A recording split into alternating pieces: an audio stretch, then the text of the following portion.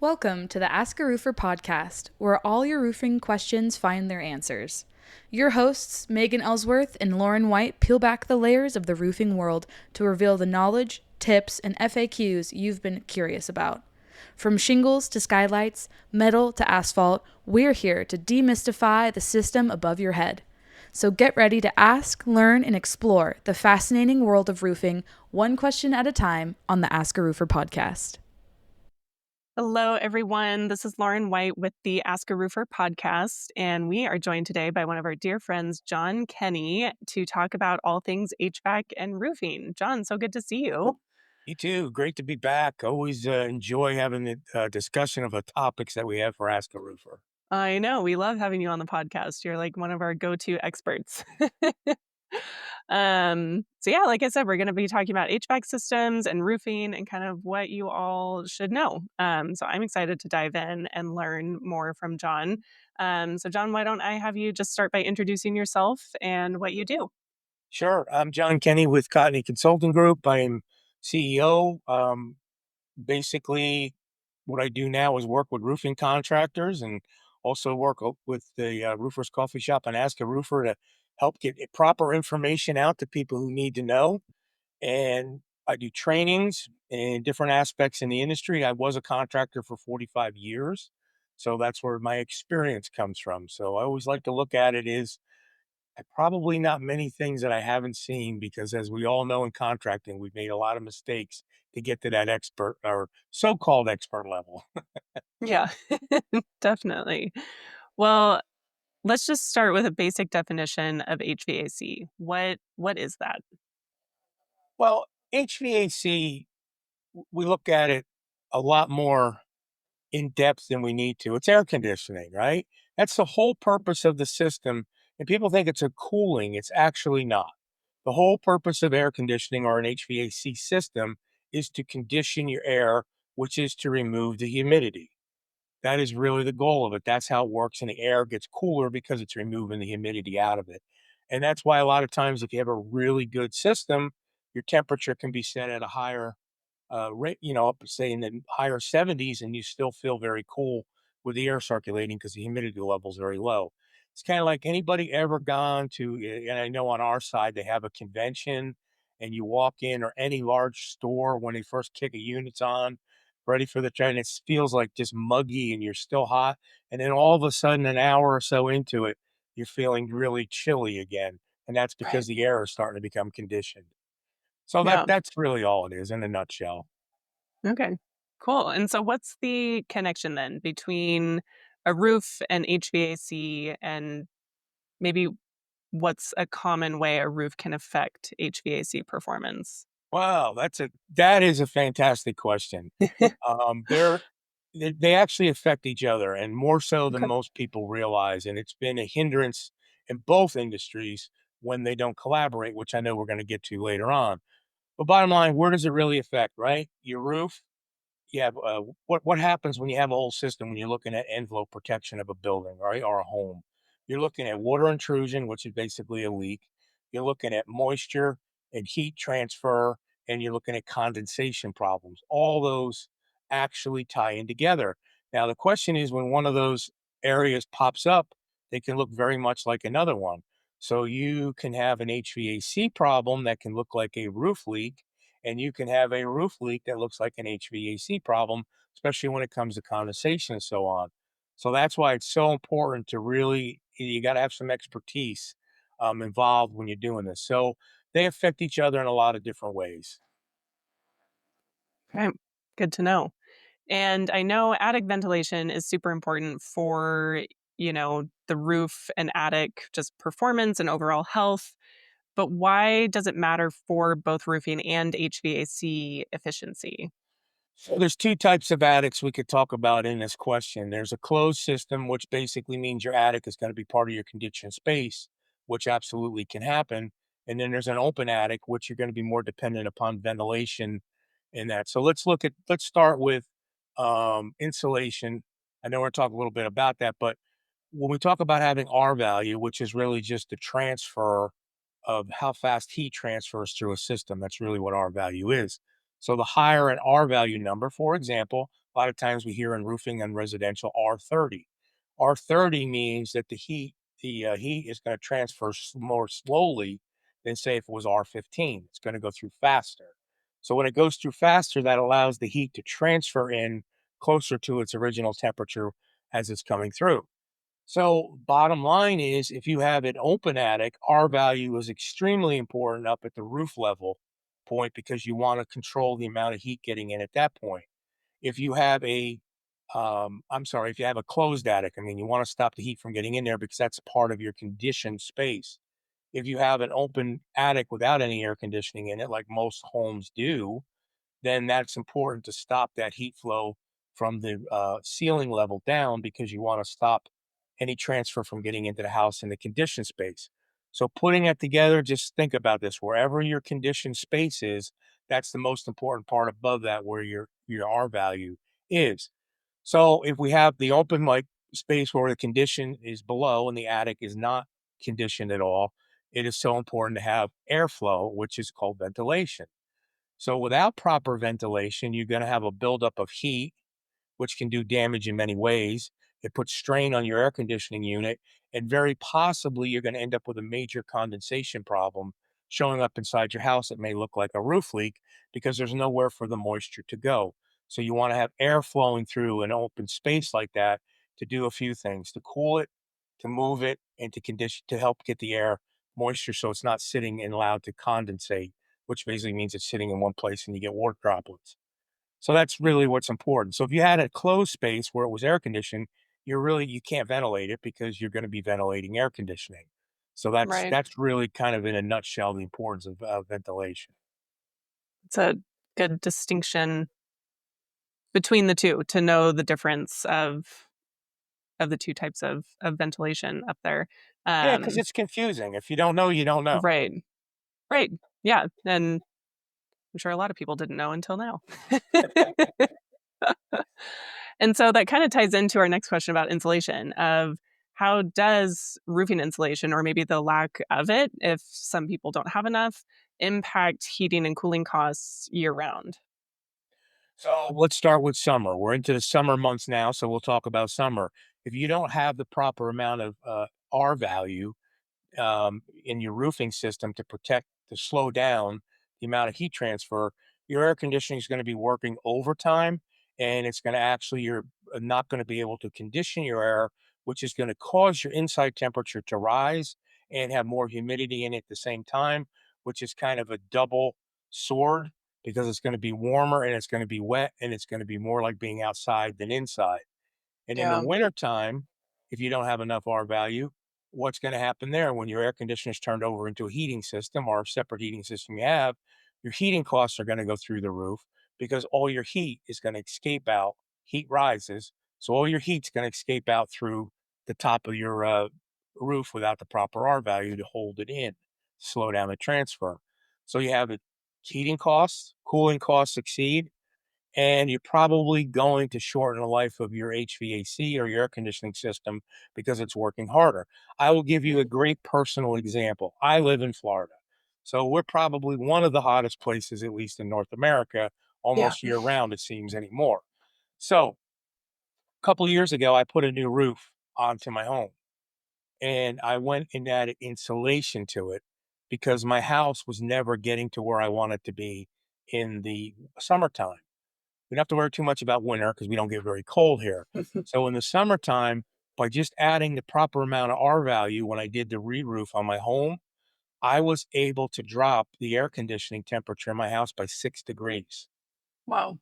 That was huge because the air was able to condition itself. It didn't have to work as hard and it actually shut off. Prior to that, my air conditioner would almost seem to run 24 hours a day without Yeah. stopping, and I would never get to a temperature that was comfortable. Wow.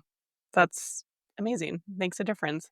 And how would people find out about their R value if they're not having a new roof installed? Would that be something that they could talk to their contractor about or Yeah, you could bring your contractor in or a design professional or somebody that has the expertise in it, whoever you may be working for or have availability to get, and they're going to be able to measure, especially in residential. It's real easy. It's all bad insulation usually, which stuffs up in between the joists.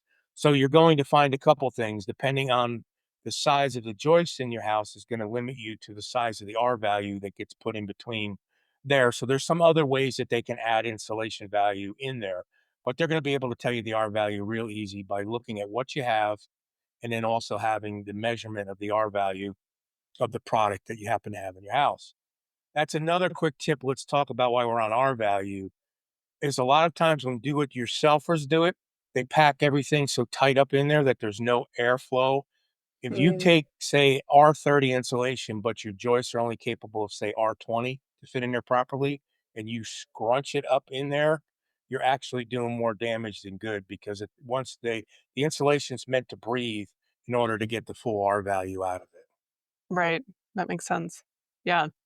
So no, we never want you to do a DIY project with your roof because trust the professionals, they know what they're doing. But if you see any of that in your roof, then it's And time to you make a and change. unfortunately, you'll find contractors that make those same mistakes. So Yeah. I would have to say they're not professional, but they're out there. So the Right. more educated people are about their own homes and buildings, the better they are. Absolutely. Yeah. Taking a peek at what happens and Mhm. what's going on with your roof because it's one of the most important pieces of your home. Absolutely. Yeah. And so, speaking of the roof, some homes and buildings have rooftop HVAC units. What are some of those roofing issues you kind of alluded to them earlier that owners should be aware of? Sure. So if you have a normal residence where the unit sits out in the grass and it runs there, and then, of course, depending on where all your flows go through, it's usually not on the rooftop. Everything is at ground level. You have certain less things to worry about. Once a roof as a rooftop unit, if your drainage condensation lines get clogged and the water builds up in the pan, it's going to run into your house. So you can have a major, major leak from an air conditioner and not even realize it and cause a lot of damage to your house. So it has to be regularly maintenance. That's a couple things. The other thing is that it is the greatest confusion in the world in our industry is whether it's an HVAC leak or a roof leak. So you have to have both professionals in line in order to understand which of the leak it is. I've had situations where it only leaked when it was raining. So common sense would tell you it has to be a roof leak. Not necessarily, because what was happening is not with proper conditioning the air with the other aspects that we talked about, the humidity and dew point, which you see that dew point levels on the news all the time. Well, if the dew point gets exactly right with the rain, the roof doesn't have to leak at all. It will create condensation enough to look like you got a pouring down leak inside a building. So that's why all of these things are very integral together. Wow. So interesting. I had no idea. Goodness. So, with performance, right? We want everything to be the roof, the HVAC unit to be performing, optimally, not overworking, not underworking. Are there certain roof colors or materials that can influence the temperature both of the roof and maybe even indoors and alleviate that HVAC workload? Sure. So common sense always, what we've always been taught, and common sense would tell you the lighter the color, the more reflectivity and the better it is.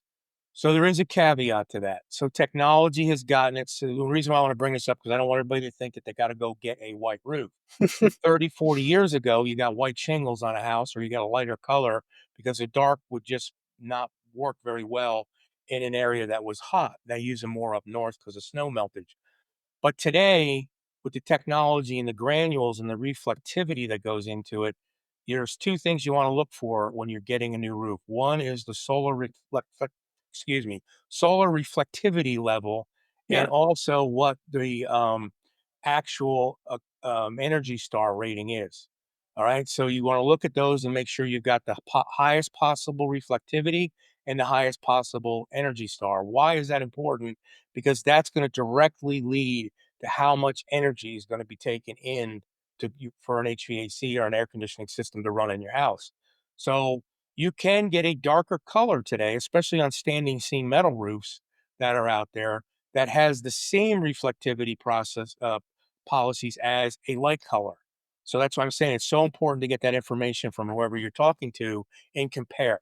So you may not have to settle for just a color you don't want to get the same result. But that's usually general rule. Lighter is better than darker with that caveat put in there. Right. There's so many different options anymore with the granules and just yeah, do your research, ask your contractor Yep. what would be the Manufacturers best one. all have all this information and they'll tell you. Yeah. Yeah. So it's nice that it doesn't have to be white if you don't want a white roof.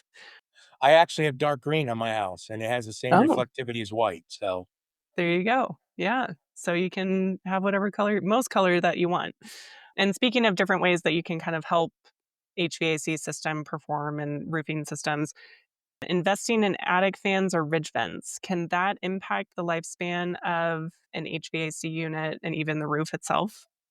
absolutely. So if you have an open system like we talked about where the attic gets heated up because all your insulation and your cool space is below the ceiling joists and you got that dead space between the ceiling of your home and the roof level. Yes, absolutely. You want to definitely have a ridge vent, and usually what happens is you can draw from the eaves of the house. They have another vent down at the very bottom, like where you would normally put your gutters. And then if that doesn't work, that's where they go to the power attic vents, which can help move the airflow through. But why it's so important because a roof you can actually extend the roof of your life by years by making sure you don't have the heat buildup in the system.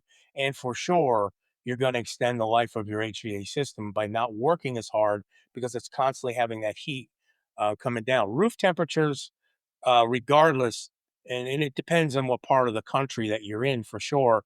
But in most summer months, we all end up with the heat waves at one point or another. At those Yeah. particular times where you're up near 100 degrees in the 90s, that roof temperature can be anywhere from 140 to 180. So that's Yeah. huge. So that attic now on top of it is the same thing. Think about it where you see all the safety of the cars, why you got to be careful with pets and all that. You take a 90-degree outside temperature, the roof heats up to 140, the inside of that attic could be even hotter than that.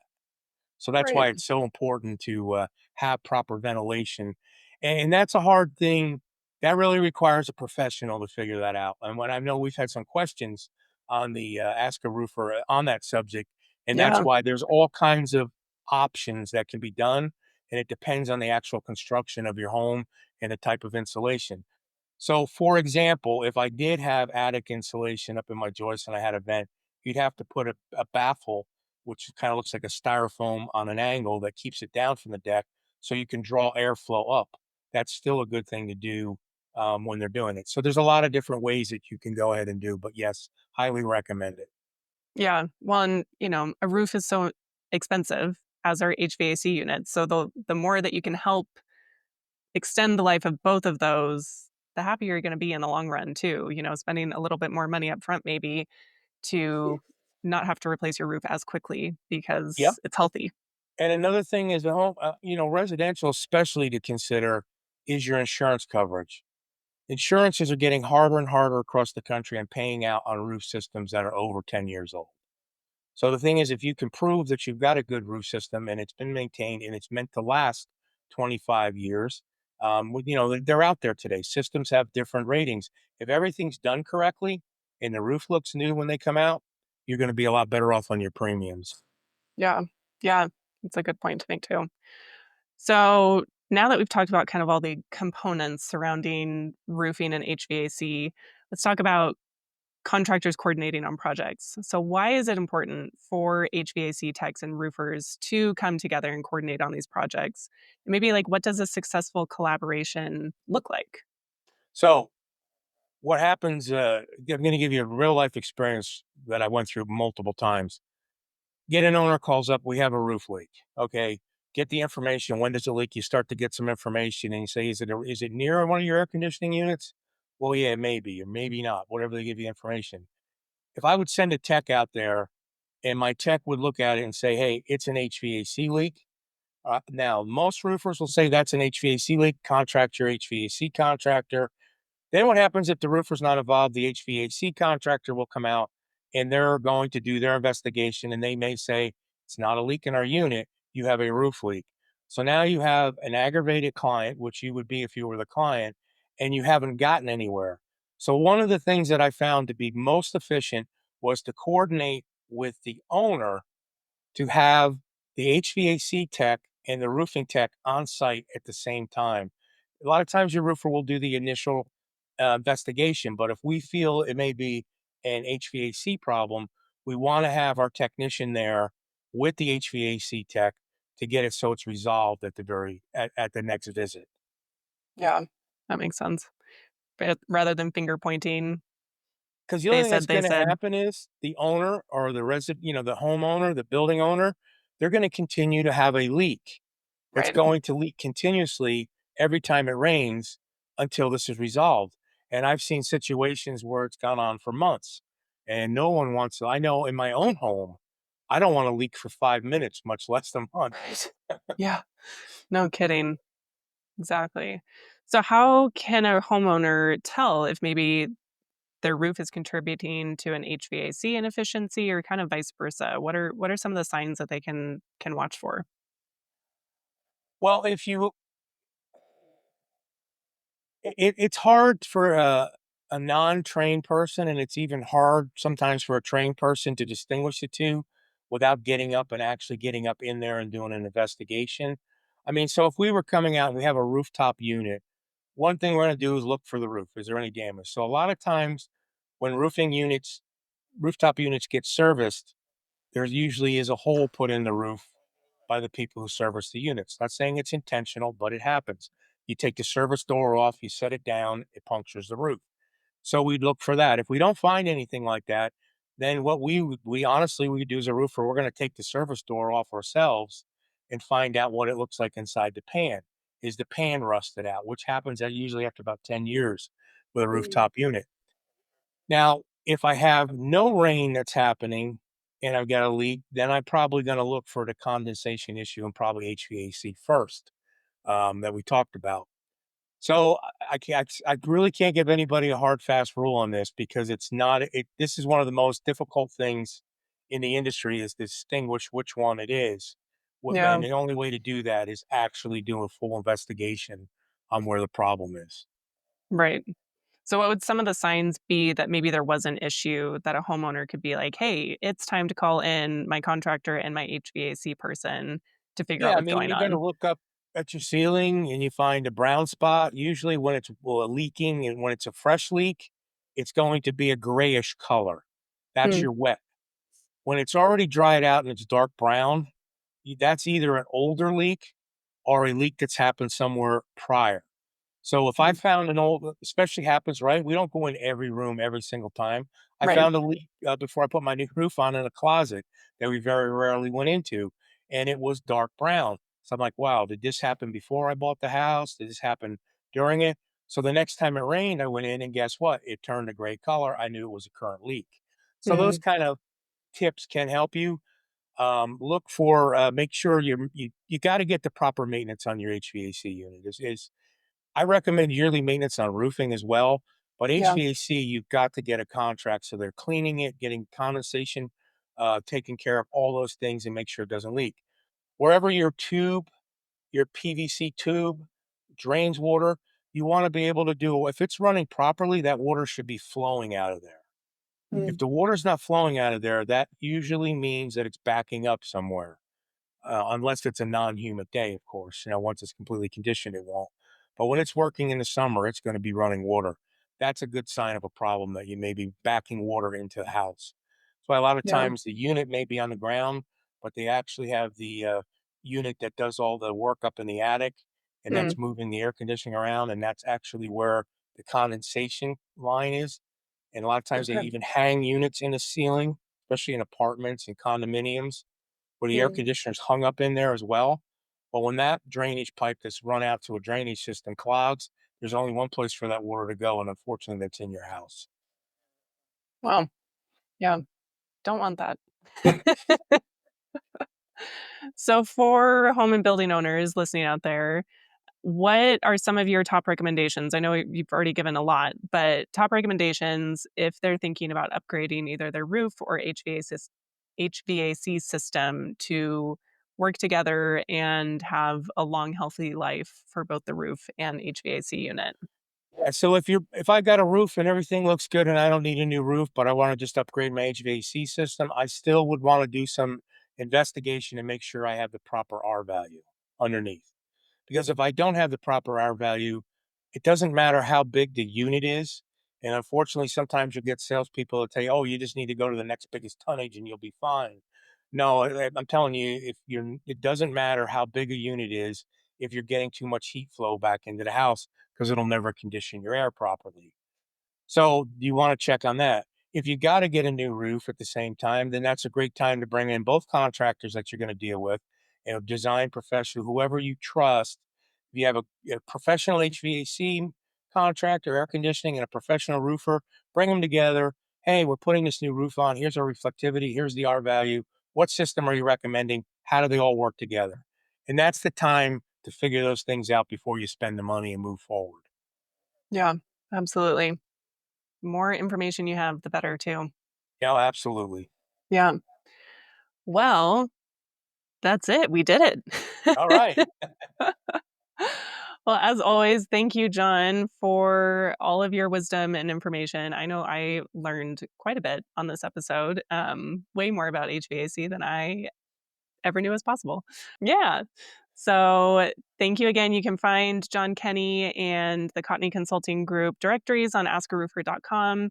He also answers a lot of our Q&A questions. So if you have questions about your roof or your R value, please send them in to Ask a Roofer. John will likely be one of the people responding to them too. So thank you again, and please join us next time on our next episode. If your roof needs answers, subscribe now to the Ask a Roofer podcast. We've got your questions covered, one episode at a time. Go to AskARoofer.com to submit your questions and learn more. Stay tuned and keep those questions coming.